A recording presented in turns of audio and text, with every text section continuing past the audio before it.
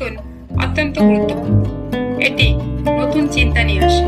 নতুন চিন্তা উদ্ভাবনী কর্মের দিকে পরিচালিত করে। মানুষের যত বড়ই উপকার করো না কেন, পরবর্তীতে সামান্য ভুল হলে সেই উপকারের কথা বিন্দুমাত্র মনে রাখবে না। তুমি কতটা কষ্টে আছো তা কেউ দেখতে আসবে না, কিন্তু প্রাণ খুলে হেসে দেখো, সেই হাসিকে হিংসে করার মতো লোকের অভাব হবে না। যখন আপনার আশা, স্বপ্ন এবং লক্ষ্যগুলি ছিন্ন ভিন্ন হয়ে যায়, ধ্বংসস্তূপের মধ্যে অনুসন্ধান করুন। আপনি ধ্বংসাবশেষের মধ্যে লুকানো একটি সুবর্ণ সুযোগ খুঁজে পেতে পারেন। সময়, ধৈর্য এবং প্রকৃতি সর্বপ্রকার যন্ত্রণা দূর করে এবং সকল প্রকার ক্ষত সারানোর শ্রেষ্ঠ চিকিৎসা। ঈশ্বর যখন আমাদের সাথে থাকেন, তখন কেউ আমাদের বিরুদ্ধে হতে পারে না। একটি অনুপ্রেরণামূলক বই বহু প্রজন্মের জন্য মহান জ্ঞান এবং সম্পদের উৎস।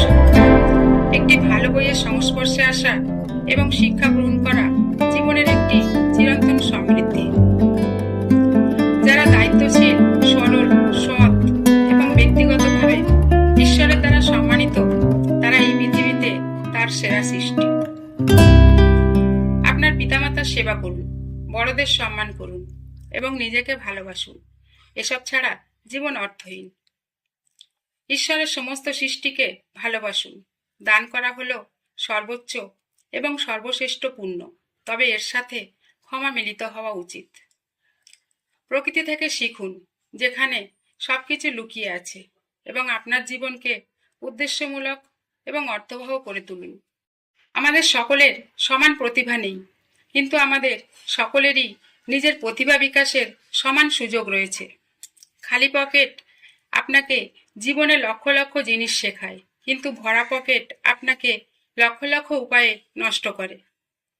কিছু কর্ম খুব চমৎকার, যেমন মানুষের হৃদয়কে প্রসন্ন করা, ক্ষুধার্তকে খাওয়ানো, দুঃখীকে সাহায্য করা, দুঃখীদের দুঃখ হালকা করা।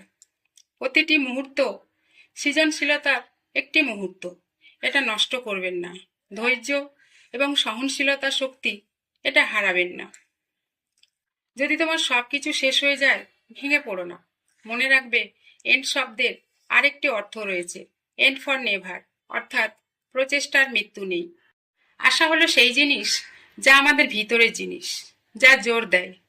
বিপরীতে সমস্ত প্রমাণ থাকা সত্ত্বেও যদি আমাদের কাছে এটি পৌঁছানোর এবং এটির জন্য কাজ করার এবং লড়াই করার সাহস থাকে, তবে আরো ভালো কিছু আমাদের জন্য অপেক্ষা করছে।